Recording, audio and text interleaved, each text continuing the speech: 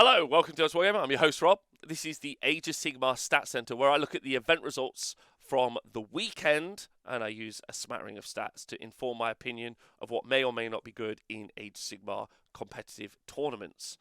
So this weekend we're going to be looking at 232 players playing across, I think, 6 or 7 events over the 3 different countries: England, the USA, and Sweden. There are lots of Ogres, Lumineth, Slaves to Darkness, and Tzeentch doing well this week.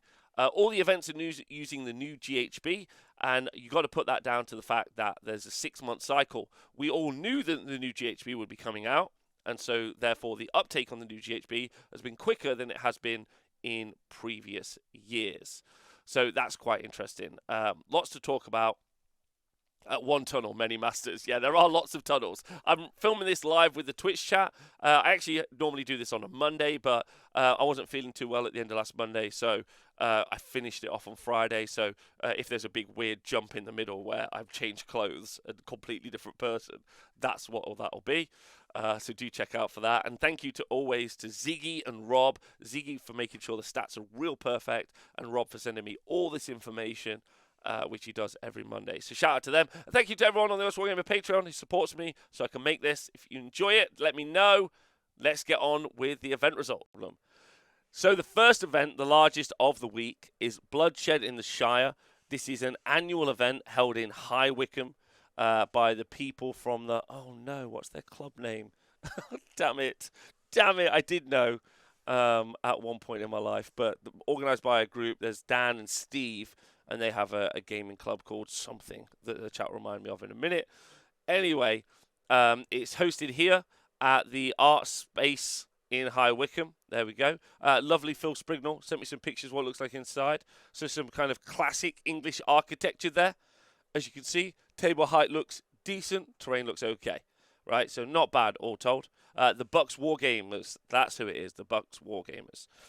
In the 5-0 bracket, we only had one player, Jack Armstrong, the current captain of the Team England, or the English team for AOS Worlds, was running Lumineth Realm Lords, and it was just the Techless Castle. Now, I don't have to spend any time now explaining what the Techless Castle is to anyone in the chat, because there's an Army Masterclass video available on the Honest Wargamer YouTube channel for you to go and watch. And there's also an interview with Mr. Matt Goudsborough, who plays this army a lot, who explains this army list.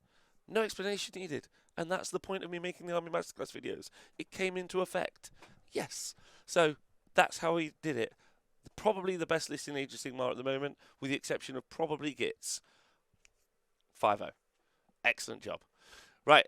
Now, in the 4-1 bracket, so, well, not the 4-1, the 4 and a draw bracket, which is quite a unique bracket, is Mr. Ben Curry from the Bad Dice podcast. And he was running the Slaves to Darkness army with Knights of the Empty Throne. So it's a new Slaves to Darkness. I should also mention, by the way, that all the events today are obviously new GHB. So they're all new GHB, so something to think about. So he's got Archeon the Everchosen, Gaunt Summoner on Disc of Tzeentch, and then 2 units of 3 Varangard, all with a Mark of Nurgle. That means they're all going to be -1 to wound in melee. They've all got at least 3 up armor saves. When they're in Knights of the Empty Throne, they can run and charge, with the exception of Archeon, who can't run and charge in this because he's keyword locked to host the Everchosen. The Gaunt Summoner Disc has got the command trait Master of Magic, so he's going to be re-rolling spellcasting, and then Artifact Arcane Tome, making him a 3-cast wizard with 2 unbinds, and this is really useful, with a natural +1 to cast. And this is super useful because Archeon, because the Gaunt Summoner knows all of the spells from the Lore of the Damned. And you've got a bunch of really useful spells in there, like a 3d6 charge, as an example, and a teleport, as an example. So a load of good spells in there. Gaunt Summoner's also got some utility for potentially taking out enemy characters with the Silver Tower ability, which is quite useful. Naturally got +1 to cast as well. And it's a pretty chunky unit with like 6 wounds and a 4 up armor save and moves 16 inches, so that's pretty good. Also, it's got the spell Levitate, so you can make one of those units fly. The Varangard themselves are an incredibly fighty unit with a 3 up armor save, and because they're Mark and Nurgle, they're -1 to be wounded, and they get to retreat, they get to pile in and attack twice, once per battle. So loads of damage on the turn you charge, and no Inspiring Presence near any of the units. So, and it's all in a 1-drop, so it's a full send list, as they say. Give the person the first turn. Now, no galley champs in this list, as an example, and in the previous list that we just looked at, the Lumineth Castle, there was only the Cenari Cathalar. So far it looks like galley champs not that important for winning the new battle pack. But we'll see if that plays out across the rest of the show. But that would very much verify what I said about galley champs and everything in the GHB is that it's not that important. Anyway, on to the 4-1s. Okay, so the 4-1 bracket. So the nearly ones that tried their hardest. You had Mr. Phil Marshall with a very cool techie Slaves to Darkness list. Let me just go find it. So he had a Chaos Sorcerer Lord. Well, he had 2 Chaos Sorcerer Lords, sorry. A unit of 10 Chaos Knights and 2 units of 9 Corvus Cabal. Then he had 10 Chaos Chosen, 6 Varangard, and he had the Soul Screen Bridge. And these were all in the Battle Regiment Battalion, so they're a 1-drop. Now, there's a couple of cute tricks here, but most importantly, he uses the Soul Screen Bridge to push forward a unit of 10 Chaos Knights who've got the Mark of Chosen and the Nurgle Banner. So they're -1 to wounded combat and they're ignoring the first pip of Rend. He's going to cast Mystic Shield on them, and he's going to do that using his Chaos Sorcerer Lords who are going to cast spells on 3d6, thanks to being inside the Kabbalists sub-faction. In addition, he's also got the command trait Master of Magic, so he has a 3d6 re-rollable cast. So then he's going to run them forward. Well, technically, he's going to teleport them via the Soul Screen Bridge, which is an endless spell. Drop that on the board, and then he's going to attempt a charge. The banner, the musician in the Chaos Knight unit gives you an automatic 4 out of one of the dice. So what you're really doing on a re-rollable charge is you're fishing for a 5-up on 2 dice. You roll 2 dice. If you get any of them or a 5-up, you turn the other one to a 4, and that gets you a 9-inch charge. If you don't get a 5-up, you roll it again. The likelihood is very high. You then charge into your opponent's army, and then you pin them in. Because as soon as they attack you, you say all-out defense, and so then you have because the Chaos Knights start on a 3-up base save, you end up on a 2-up, ignoring Rend 2 thanks to all-out defense and the banner, on 30 wounds, which also have the Chaos Rune Shield, which also ignore mortal wounds. Then you have, charging up the field to beat you up, a unit of Chaos Chosen, 10 of them, and then 6 Varangard, all of which, Mark of Khorne on the Varangard, so they're going to get +1 attack on the charge. And as we talked about earlier with Varangard, they pile in and attack twice. So they absolutely smash. Then to follow that up last is 10 Chaos Chosen. Now they're undivided. That means they're going to get to roll on the Eye of the Gods. And what you're looking to do is get more Rend on the Chaos Chosen, who also have a fight twice, once per battle ability. And then when they eventually take objectives in the mid-board and then finally get to the opponent's lines who are pinned in the back of the board, this means that they at this point will hopefully have picked up more Rend on them as a unit, and then they'll just smash through the enemy because they're pretty terrifying. Then there are 2 units of 9 Corvus Cabal who hold and grab objectives. So this is the second completely different archetype that we've seen to the Archeon and Varangard list. So this is just already a different build that we've seen do well in this GHB. Very exciting. Very exciting. And played by a very fantastic player. Then you got Lewis Swan. I'm going to shout him out along with Donal Taylor. Okay, so Lewis and Donal are running kind of similar lists. So let's talk about them together in order. So Lewis was running... this wasn't Lewis's version of the list. Lewis was running Kragnos in an Ogre Moor Tribes Meat Fist battalion. So this meant that they're doing mortal wounds on 4s. But if you like a monster, I can't remember what the combination is, but you effectively end up with the Tyrants. And in Lewis's list, he's got 3 Tyrants doing mortal wounds on 3+ when you charge. Because of Kragnos, he's got a AoE bubble of charging on 3d6. So everyone around him charges on 3d6. So that means they charge in, and all of their then you pick up all of those, the result of that dice. So let's say it's an 11, because that should be average. You roll 11 dice, and on 3-ups, you'll take that many mortal wounds, and then the Tyrants will actually attack.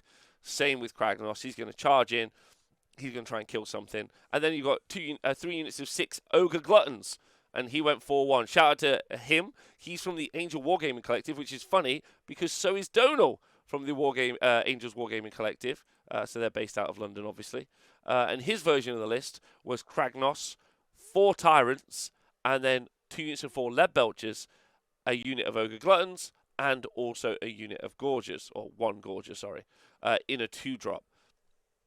So, what's interesting about this is it's a similar list, so the same archetype, but just with different kind of elements in it, that's going to run forward and it's going to do so much damage when it charges you, and then it's going to fight you. So it's got kind of like a faux shooting phase, not really, but it does damage in 2 phases as opposed to just 1 phase. So it's got a lot more damage than you maybe would think. And then it's gone 4-1 from 2 different pilots in at the same event. So I would say this is a legit army. This is a legit strong army. And I think you'll see this list archetype a lot. Very fun to paint, very easy to put on the tabletop, and very, very fun. As Phil in the chat says, it's like 40 mortal wounds on the charge. So unless you have a mortal wound save, what are you going to do? That's the real problem with that. So absolutely cool stuff. Love that. Really, really fun. Great work there from both those 2 players. Then you have Phil Sprignall in the chat. What a cutie. So Phil was running Lumineth Realm Lords, but his version isn't the Techless Castle, and instead this is a Eumetrica style list. So it is from the subfaction Eumetrica, which helps you ignore Rend on your units, and you can also take Stone Guard as your battle line unit. So he's got a unit of 15 and 2 units of 10. A unit of 15 and 1 unit of 10. He's also then got a unit of 10 Venari Blade Lords, and they're in the Galician Command Battalion with the Cenari Lawseeker. The Stone Guard are in the Galician Veterans Battalion. So this means a couple of things. The veterans don't have to pile an attack because they can fight from kind of 2 ranks effectively, which means because they're not piling in, they can ignore more rend, which is useful. The Blade Lords are going to fight in conjunction because they're in the Galician Command, in conjunction with the Lawseeker, who is going to give them additional attacks thanks to the Realm Command ability. So he's using the 2 new battalions to increase the efficacy of 2 of his units inside this, and it's amazing. Very effective. Very cool. Lovely to see. He then also has the Alarith Spirit of the Mountain as a big smashy monster, the Rune of Petrification, and the Burning Head. He's taken 2 Stone Mage, a Stone Mage, a Wind Mage, a Cenari Caligrave, and a Cenari Lawseeker. So loads of galley champs in there as well. And a unit of 5 Dawn Riders. There's loads of tech here. This is really fun. This is kind of like the combo with the ogres is very front-loading. You do this thing and you yeet it in. There's a load of micromanagement from how you would do that with the Tyrants and the Kragnos, because where you're hitting with those units is going to be very important as you do it. In this, in this list or this archetype, a lot of what you're looking at is a combination of those battalions and artifacts and auras for making these units way more effective. So this is a super cool list. And Phil's agreed to do an interview with me, and I'm going to ask Donal if you do an interview with me as well on the big smashy list. So love that. So Donal, if you're listening, that'd be cool.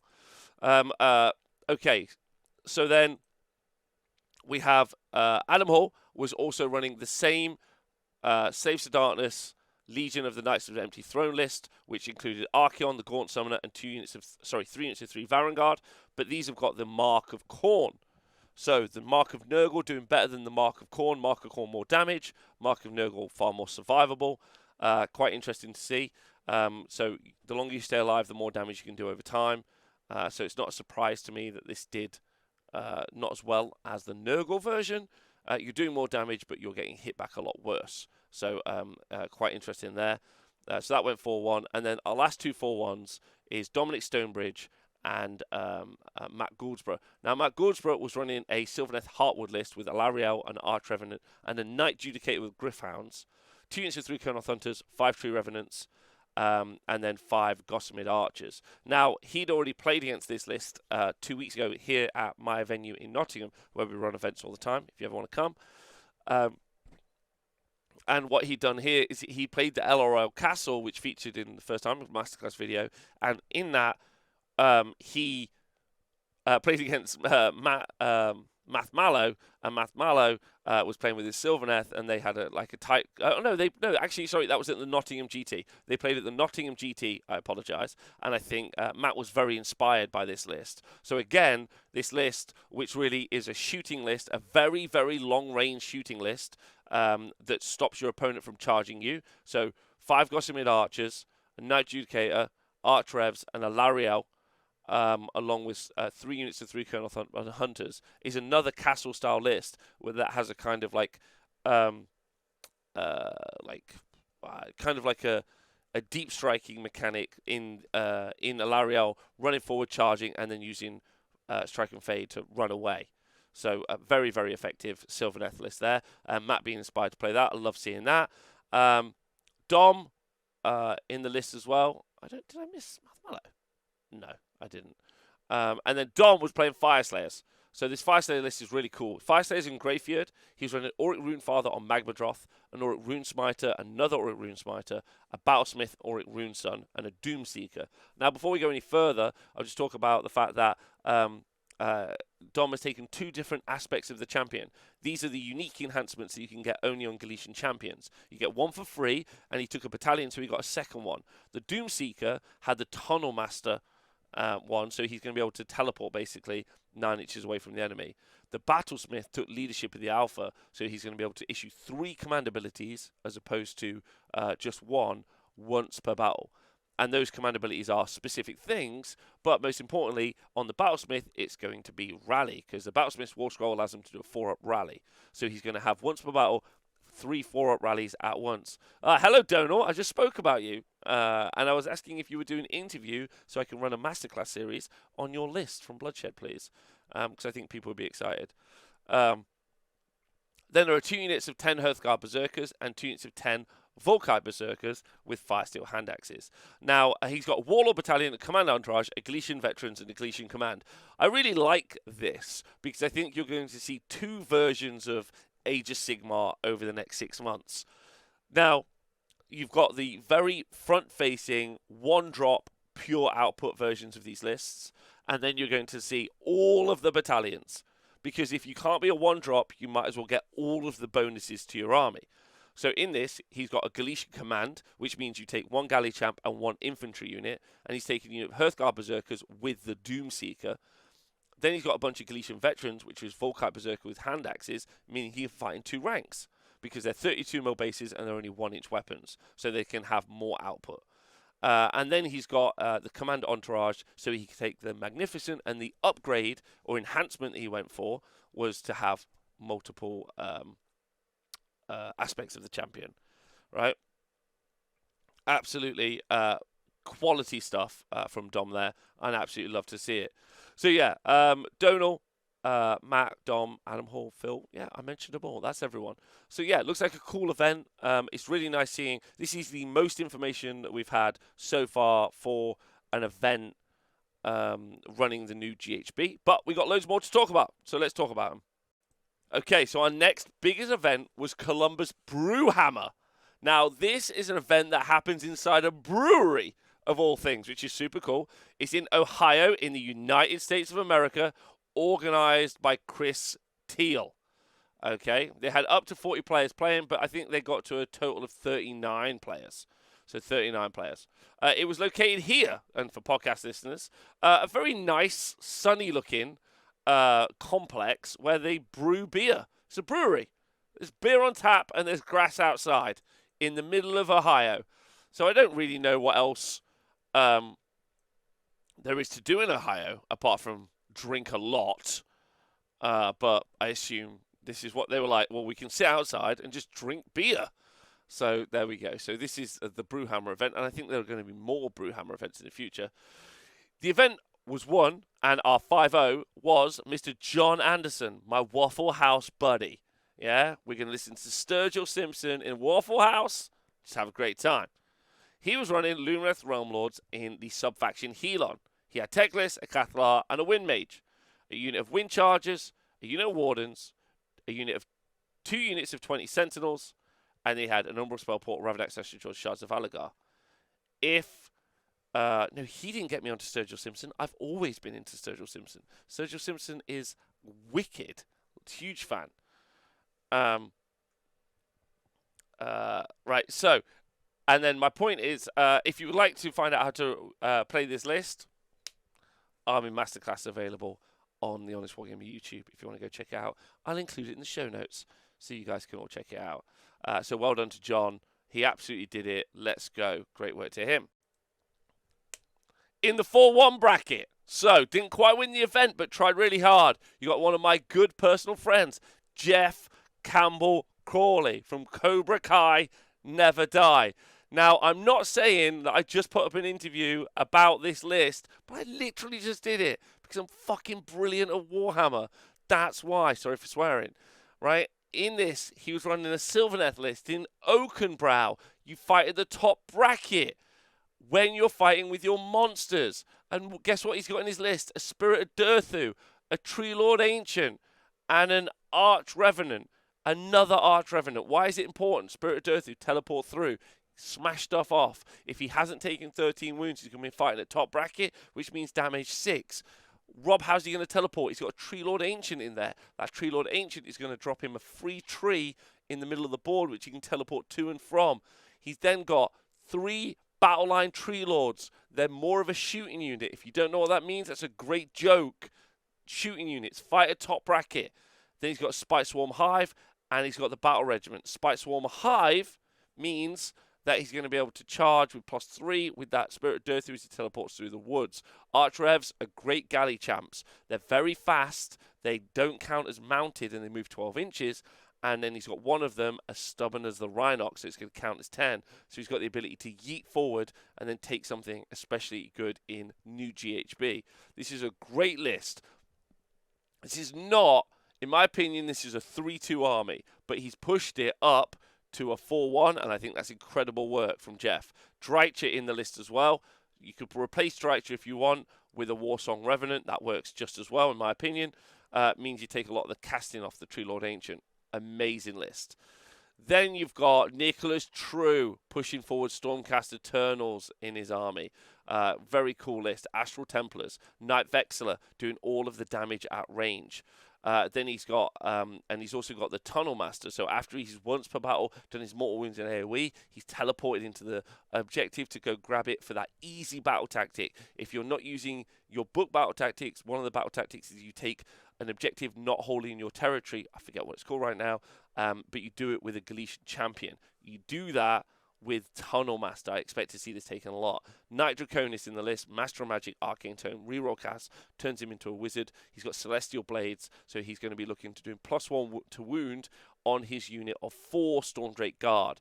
Okay, then he's got the Battle Major Gur, adding +2 to your charge, +2 to your move. He's going to do that on the Stormdrake Guard, or he's going to do it on that unit of 10 Protectors that are going to be very fighty, run into the midboard, do loads of damage. And then there's a unit of Tree Revenants. All in a Battle Regiment. Also, Nick True's in the tough crowd because he's an absolute badass. Well done to Nick True. Then you got Austin Thimish from Tundra Tactics. And Austin was running Fire Slayers, I'm going to say. It gets a little bit confusing. He was running Fire Slayers.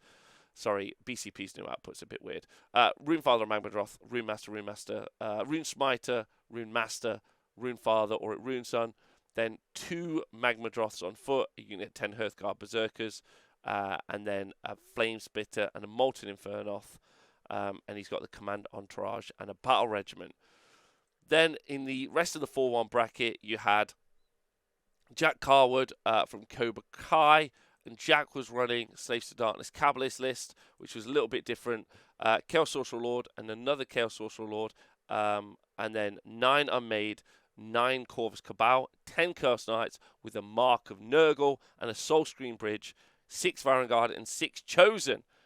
So all copying or like inspired by or Phil. All of those people are running this kind of Chaos Chosen block list, moving those Chaos Knights forward. So the 10 Chaos Knights, and then the Chosen smashing stuff up, and the Varangard smashing stuff up. Hey, I was at this event, first day of this event, great. No Gits list yet, they've not been out long enough, in my opinion. And then we had Gutbard Realm Kicker running a bunch of Iron Jaws, Gore Grunters, brutes and some mega bosses on Maw Crusher. And then finally, Roberto Campos McDonald running a... he was running... What was he running? That's a great question. Save to Darkness Cabalist list, which was Chaos Sorcerer Lord. Oh, I'm sorry. I've misrepresented Austin from Tundra Tactic. No, Jack Carwood from Cobra Kai, because he was running a slightly different list. He was running, Chaos Sorcerer Lord and Karkarak, Chaos Sorcerer Lord, Chaos Sorcerer Lord, 20 Chaos Warriors, 5 Chaos Knights, Chaos War Shrine, and then the Chaos Chosen. Right? Those Chaos Chosen were charging across the board because they had Sinesh keyword using the prayer from the War Shrine. So that's everything from the Brewhammer event. Well done to all those players. I hope they had a great time. And on to the next. Our next event is the Quest of Champions event that was held in Sanctuary War Games, which is right here in Wakefield, so just outside of Nottingham. It's a really, really lovely venue. I've been several times if you get the opportunity to go. The bonus points is it's next to a Weatherspoons. We don't really support Weatherspoons on this channel, obviously, because, you know, the guy. But there is a Greg's nearby, which is perfect, and a KFC. So, like, if you're English, I've just said 4 incredible things: Wargaming, Weatherspoons, Greg's, KFC, right? Sutton, not Wakefield. It's basically the same, and everyone knows what that means. Okay, so yeah, and there's parking nearby. Great little venue if you get the opportunity to go to. It was run by the people from the Warrior Lodge, and it was won. And our 5-0 goes to Rory Carter, who's running Ogres in the sub-faction Underguts. He has an Icebrow Hunter, a Slaughtermaster, and 2 Bloodpelt Hunters. Okay, and then the Slaughtermaster's got the artifact, the Gruesome Trophy Rack, which is going to give +1 to hit against heroes and monsters in AoE. A unit of Frost Sabers, 3 units of 2 Mournfang, 3 Iron Blasters, and then 3 Noblars, all in a triple battle regiment. So 3 battle regiment battalions. So this is a bit of a classic army, but a little bit different. It's the 3 Iron Blasters at the back of the board shooting. The 2 units of 20 Noblars are screening, and anytime you move towards them, you take mortal wounds. You've got Mournfang Pack to go and hold objectives and fight and counterpunch. And then you've got even more shooting coming out of the Bloodpelt Hunters, who are getting bonuses to hit and are doing loads of damage against any monsters they may face. So just really, really effective. The Icebrow Hunter being able to come in from the side of the board, from reserve, and has got the leadership of the Alpha aspect, so the free upgrade, which is going to be massively useful because you can give +1 to hit to all of the Iron Blasters once per battle. So very effective. Loads of output, really good, strong shooting castle that can counterpunch if you decide to charge it. Okay, in the 4-1 bracket, a nice mixture of stuff. Really enjoy this as well. So we got Samuel Kimberley is running Tzeentch Hos Arcanum. He's got Kairos, a Gaunt Summoner, and a Fluxmaster. 10 Pinks, 10 Carricks, 3 Screamers, 6 Zangor, and 9 Corvus Cabal, which is cool, which he's allied in. Chronomantic Cogs for the reroll cast, Demonic Simulacrum for the damage, and Ravenex Gnashing Doors for the damage, which is quite fun. It's nice to see what he's done here instead of building kind of Castle LRL list. Castle Tzeentch list, sorry. What he's decided to do instead is do a little bit more output with the Demonic Simulacrum and Ravenex Gnashing Jaws, backed up by the Zangor Enlightened, doing a load of damage at range. So, like to see that a lot. That's very cool. Going 4-1. Pete in the chat, Pete Dixon, with his Ogre list, went 4-1. He had Boulderhead, he had Frosthorn, Stonehorn, a Slaughtermaster, and a Tyrant. And then he had 2 Mournfang, and then 2 Stonehorn Beast Riders, and 4 Iron Guts, and an Iron Blaster. He's in the chat right now, and he said that his Iron Guts were MVP, mainly because people were dealing with the other threats. When you have 2 Stonehorn Beast Riders and a Frosthorn Stonehorn running at you, while an Iron Blaster is at the back of the board shooting you, you do a lot of... those are all the threats you're focusing on. And so the 6 Iron Guts kind of get left down your priority list, and then you end up just getting hit by them, especially when they combine and attack twice and do a load of damage. Joe Jackson from the Warrior Lodge was running a Lumineth list, but this was Geometrica with a Venari Ballablade, Stone Mage, Avlanor, and a Cathalar. And then he had a unit of 15 Stone Guard, 2 units of Stone Guard as well, but a 5 and a 10. And then he had 3 lots of 10 Sentinels. So pushing forward a very defensive front screen, ignoring Ren 2 in the units of Stone Guard. While all the while the Sentinels are at the back of the board shooting and peppering you. Very cool list. I like that a lot. Very nice little style there. And then Freddie Leggett, the man, the myth, the legend, was running Cities of Sigmar in Hallowheart. He had a Battle Mage, a Luminarch of Heesh, and then a Nomad Prince with the command trait Veteran of the Blazing Crusade, the Arcane Tome, and then a bunch of different spells. And he's got the aspect of the champion, leadership of the Alpha. So that's being able to do that's being able to do 3 different command abilities at once per battle. 5 Sisters of the Thorn, another 5 Sisters of the Thorn. Don't forget that they're spellcasters, and then 20 Eternal Guard. I don't even know at this point. 6 Vanguard Paladors that got cheaper, and it's kind of the Freddy TM build. Anything with Paladors, Freddy ran it first. Another 6 Paladors, and then 3 Demigryph Knights. This is a list I just don't understand. Hopefully, I'll be able to get Freddy to talk about it, because Freddy has been so uniquely powerful with Hallowheart and Paladors, and has gone 4-1, so excellent work to him. Looks like a great event. There's a bunch of series run by the Warrior Lodge guys if you want to go check them out. And on to the next list. So, the next event we're looking at was DaBoyz Golden Sprue GT. And this took place in New York State. And it was run by Joshua Keel. Shout out to Josh. It was located here at this salubrious-looking hotel where either people have had the time of their lives or several mass murders happened. One of the two. It's only one of those two extremes that was available. Right, and then, so if we look at who did well at the event, sorry, I'm stumbling a bit there. Apologise. We had no 5-0s, but we did have 2 4s and a draws. New York City. 2 4s and a draws. Ross Hizzert from the club Team Friends and Tyler Bushy from Wicked Dicey. Now, Wicked Dicey is a great gaming club.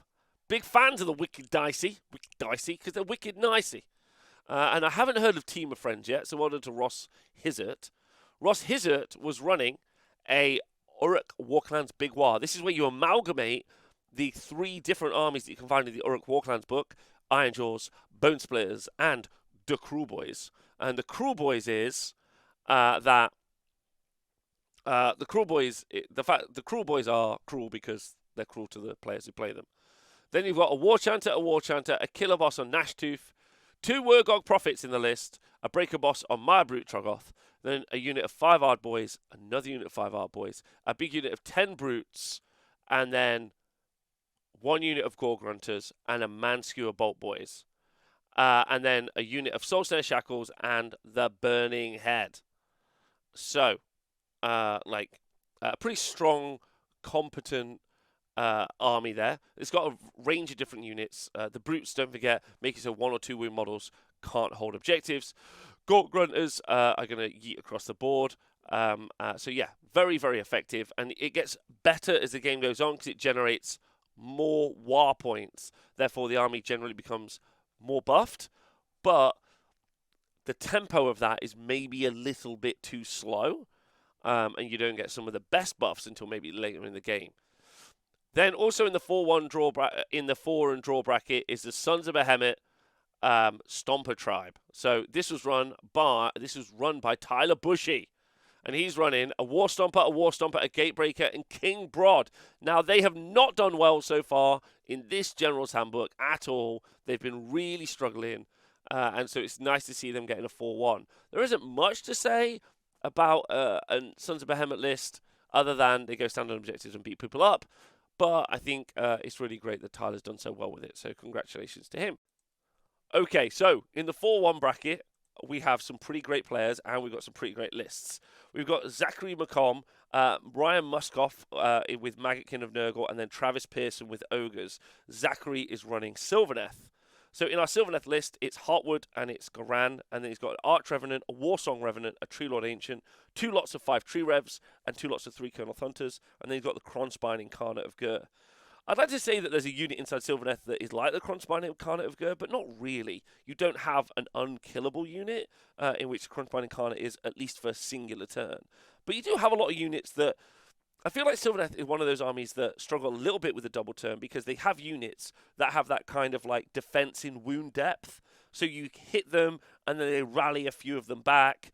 They use like some of the spells and some of the abilities to get a few more bases back and models in. But on a double, maybe they lose everything. And I think that there's a real conversation there, which I think is quite fair. And Kronspine is just like, well, I'm just going to be here.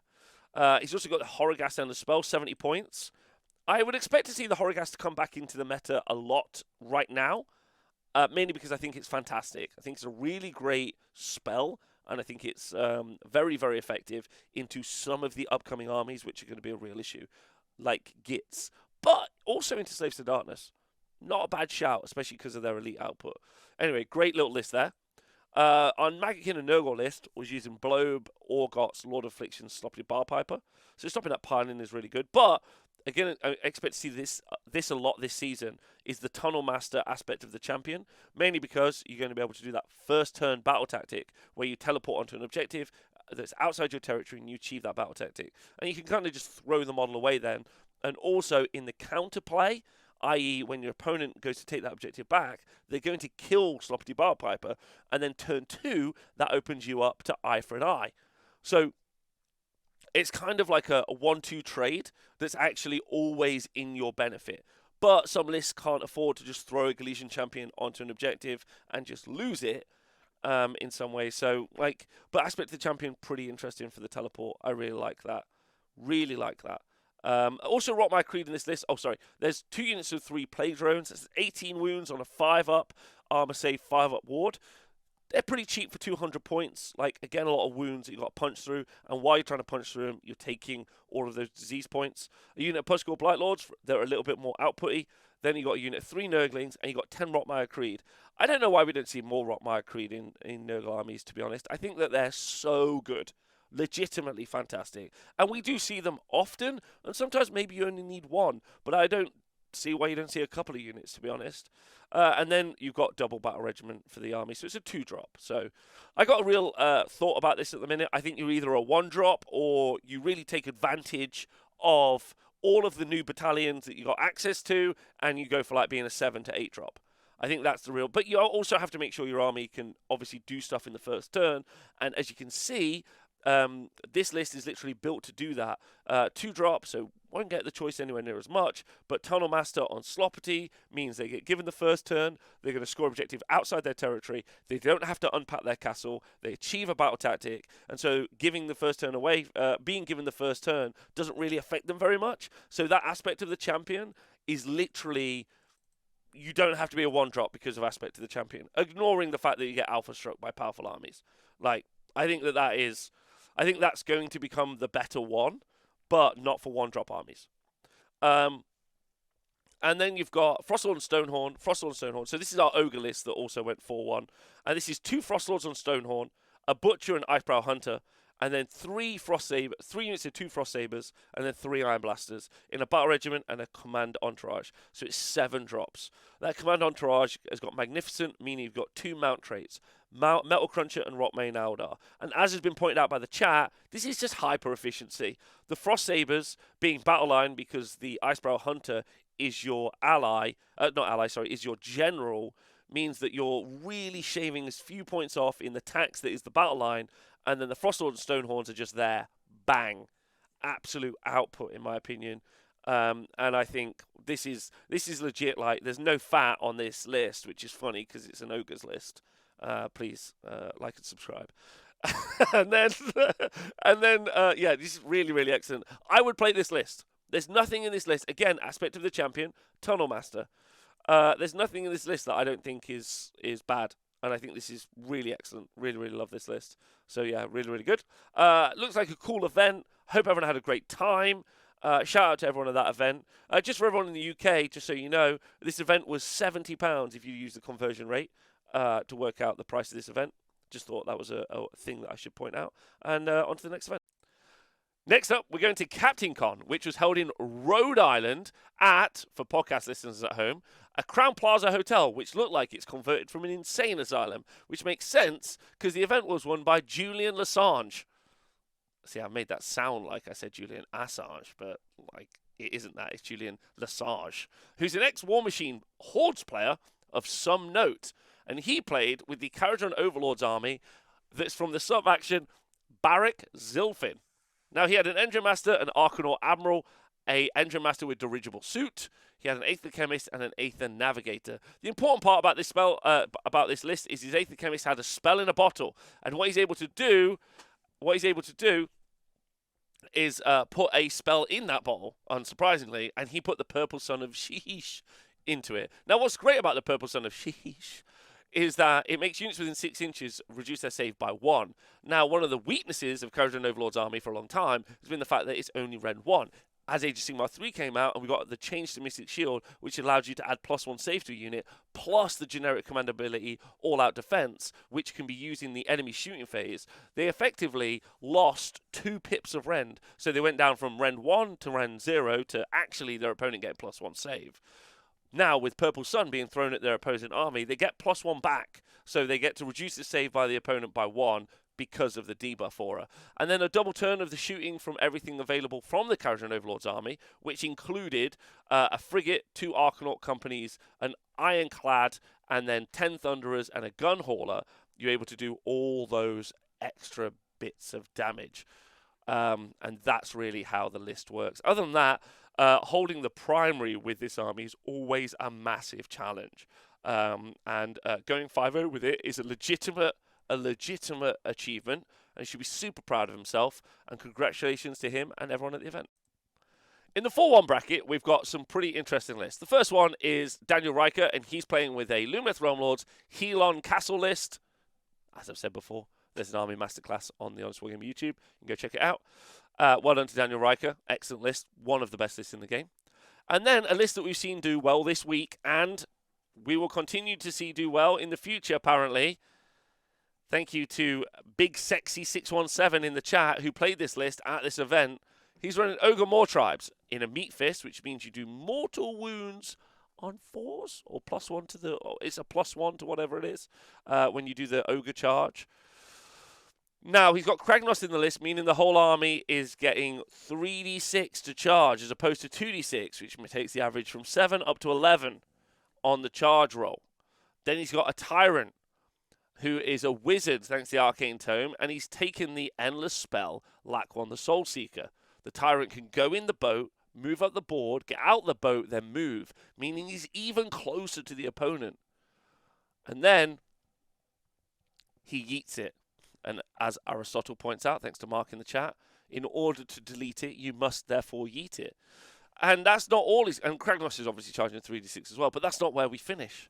Then there's another Tyrant, okay, with the Griffeather Charm and Brawler Guts, which means they're going to be doing mortals on 3s. Sorry, I should have said that. That's their big name. Then there's another Tyrant with Tunnel Master. And Tunnel Master is the aspect of the champion, which means you can teleport from outside of 9 inches. That teleport happens at the end of the movement phase, meaning that you're going to be 9 inches away from your opponent for, guess what? Another big charge. Then there's another Tyrant with Brawler Guts, and that does the same thing. Finally, there are 3 units of Lead Belchers and a unit of Screening Noblars. Okay? So the army runs forward, does all of the mortal wound impact hits, and then it goes home.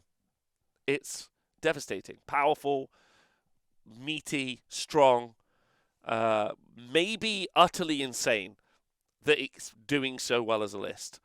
Maybe really sad, right? I was dealing 30 mortal wounds a turn, is what Big Sexy in the chat is saying. 30 mortal wounds a turn. This is just one of those lists that just comes up sometimes. It's Kragnos is the issue. Not that I think this I don't know what to say about this list. Great. Seems chill. It's a great time. Have a great time. Like, just do it. Just take it. For as long as it's viable as a list, take this list. This is a great list. This is maybe one of the best lists. This is the most destruction list I think I've ever seen. This is probably top destruction list 2023. We'll see what changes for some of the other books, but well done. Absolutely brilliant stuff. Our next event is in Sweden. And it happened in Oslo in Nykoping, I think. Let's get that right. It's called War of the Ospreys, and it had 24 players in. And it was won by Mr. Philip Wall, and he was playing with Fire Slayers. He's playing Fire Slayers from the Lodge Greyfjord. He had Auric Runefather on Magmadroth, a Rune Sun, a Battlesmith, again with the leadership of the Alpha. We've seen this combo a lot because you can do once per battle you can do 3 command abilities. Of the generic command abilities, and the Battlesmith can do rallies on a 4+, so that's really useful as well. Combo that with the Flamekeeper, who obviously is able to dish out buffs based on slain models in an aura. This kind of like mitigates that slain models being a bit useless effect, especially if you can rally 3 units on a 4+. Then a Rune Smiter, and then a Doomseeker. The Doomseeker with the aspect of the champion, the Tunnel Master, is absolute memes. The idea of a model that for 80 points is just going to tunnel through, stand in the middle of the board, and then just stick his arms out and shout at the whole enemy army is just an amazing image to have in your head. 2 units of 10 Volkite Berserkers and 2 units of Hearthguard Berserkers. 2 units of 10 Hearthguard Berserkers, and then the Runic Firewall and the Molten Infernoth. And the Grand Strat was Master of the Forge. There's a real good conversation right now about Grand Strats being the swing factor in a lot of these armies being well. Maybe it's not battle tactics, but just the grand strategies being very easy. And for Fire Slayers, it's particularly easy. Ultimately, this is a combat army that if you charge, it's going to do damage back. It rallies really well, and it's got some major combat potential, as well as having a bunch of characters that can do some real synergistic work in buffing those pieces, and the Auric Runefather and Magmadroth, who's just a slap machine and will fight loads of stuff. So excellent little list there. Eric Hellborn was running Hilborn was running Lumineth Realm Lords, and again this was the Techless Castle, but instead of taking any Wardens, we saw 3 units of 5 Wind Chargers, and then we saw 40 Sentinels in the list as well. Then we saw Jesper Melander running Soulblight Gravelords. Now he's running Legion and Knight, Manfred, Necromancer, and then a White King. The Necromancer was bonded to the Kronspine Incarnate, which it makes into the list. 2 units of 20 Deadwalker Zombies and 2 units of 20 Graveguard. Those Graveguard obviously phenomenal in close combat, especially when they're buffed by the Necromancer for piling attack twice. And they also become battle line thanks to the White King being the general. The Kronspine's going to do what it does, hold units in the middle of the board, especially useful for the Graveguard, who are a little bit slow. So they charge in, the Kronspine charges in, pins stuff in, then the Graveguard come and absolutely destroy it. Manfred is an amazing utility piece in his ability to charge forward very fast, fight, and then teleport around the board. Ultimately, just a really, really strong army. A mid-army played by a very strong player in Jesper, really utilising his ability to know how to deploy on the board state well. So well done to Jesper, that's excellent. And then Michael Twown with Sylvaneth as our last 4-1. He was running a Warsong Revenant, a Battle Mage, a Branch Witch. The Warsong Revenant was the general with Spellsinger and the Arcane Tome for 3 casts. Then 3 units of 10 Dryads, a Tree Lord, and then a unit of 6 Revenant Seekers and a unit of 6 Spite Rider Lancers, and then the Spite Swarm Hive. The Tree Lords become very popular in the Sylvaneth army, especially because the ability to make a unit fight last, which works really well when you've got Spite Rider Lancers who fight first and the Revenant Seekers who are going to want to fight next, in conjunction with things like Fight and Fade, or Fade and whatever it's called, Fight and Fade. Thank you to Big Tom in the chat for donating 1,000 bits to the show. Oh, that is really fantastic. I love that a lot. That's really lovely. Thank you. Thank you very much. A very different Sylvaneth list to lists we've seen do well before. Some key pieces of the Revenant Seekers and the Spite Rider Lancers. But that Tree Lord, pretty clutch. And then really not overloading himself in characters. The Battle Mage combos mega well, as we've talked about previously, the Spite Swarm Hive. That's something to be conscious of. Because obviously all of those pluses to charge, meaning when you teleport, you then have you got +5 to charge, so then you're having a 4-up rerollable charge into your opponent's army, which is very likely to happen. Anyway, the Swedish scene is really fantastic. Love the Swedish scene. Hope everyone had a great time, and on to the next event. Our final event was also from Sweden. It's called the Realm of Geddon. It was run by Mikkel Magnusson from the films, and he was running Disciples of Tzeentch with Host Arcanum as his sub-faction. He's got Kara's Fate Weaver, the 3-cast, 3-unbind wizard that's fantastic. Curseling, a Fate Master, so that's +1 to wound in an aura, and it's been given the Arcane Tome, so it's a wizard. A Flux Master and the Great Brave Shaman as an ally. 2 units of 10 Zangor, a unit of 3 Screamers of Tzeentch, 10 Carrick Acolytes, and then 3 Zangor Enlightened on disc. He's got the Chronomantic Cog, so all of his wizards are going to reroll their casts. The Demonic Simulacrum, so he's going to be doing AoE mortal wound damage at range. And then the Quicksilver Swords, which is also going to do the same. Those 2 endless spells, the Demonic Simulacrum and the Quicksilver Swords, means that he's got a little bit more punch at range versus the kind of 18-inch kill bubble that we normally see from this army. The Zangor also have got a 24 inches effective threat range, as long as you roll well on the Destiny dice. So they're going to be able to do 50 attacks at range, and they can be up to 2s and 2s with most of their attacks, thanks to being near the +1 to wound Fate Master, and obviously all-out attack. That's a lot of attacks at 2s and 2s on those Zangor. I think that's really legitimate.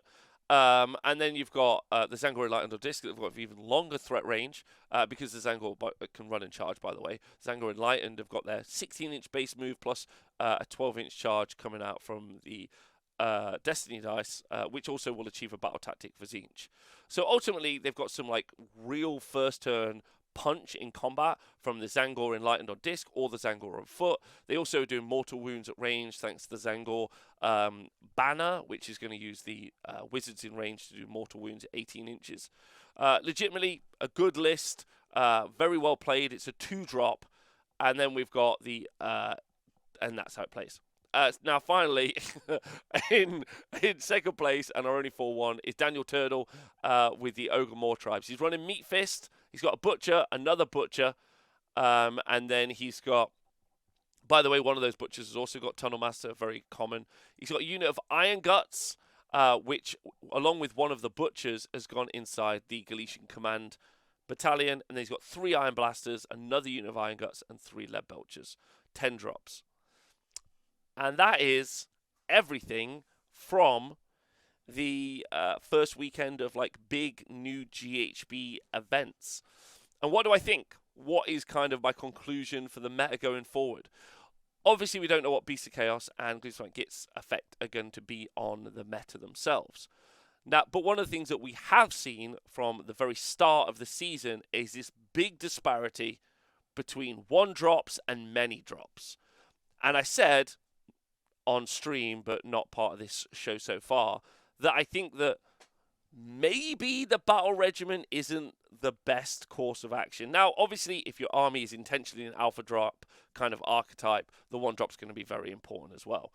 The interesting thing about the 1-drop alpha strike is that if other people are trying to do it, you're on a 50-50 dice roll for being able to achieve that. Doesn't mean you automatically lose, but it means that maybe you don't get that choice. However, taking many battalions for more artifacts, the Galician Command, I think, is legit. I think the Galician Command is legit in some armies, especially as it opens up a battle tactic. That's very effective and is something really worth thinking about.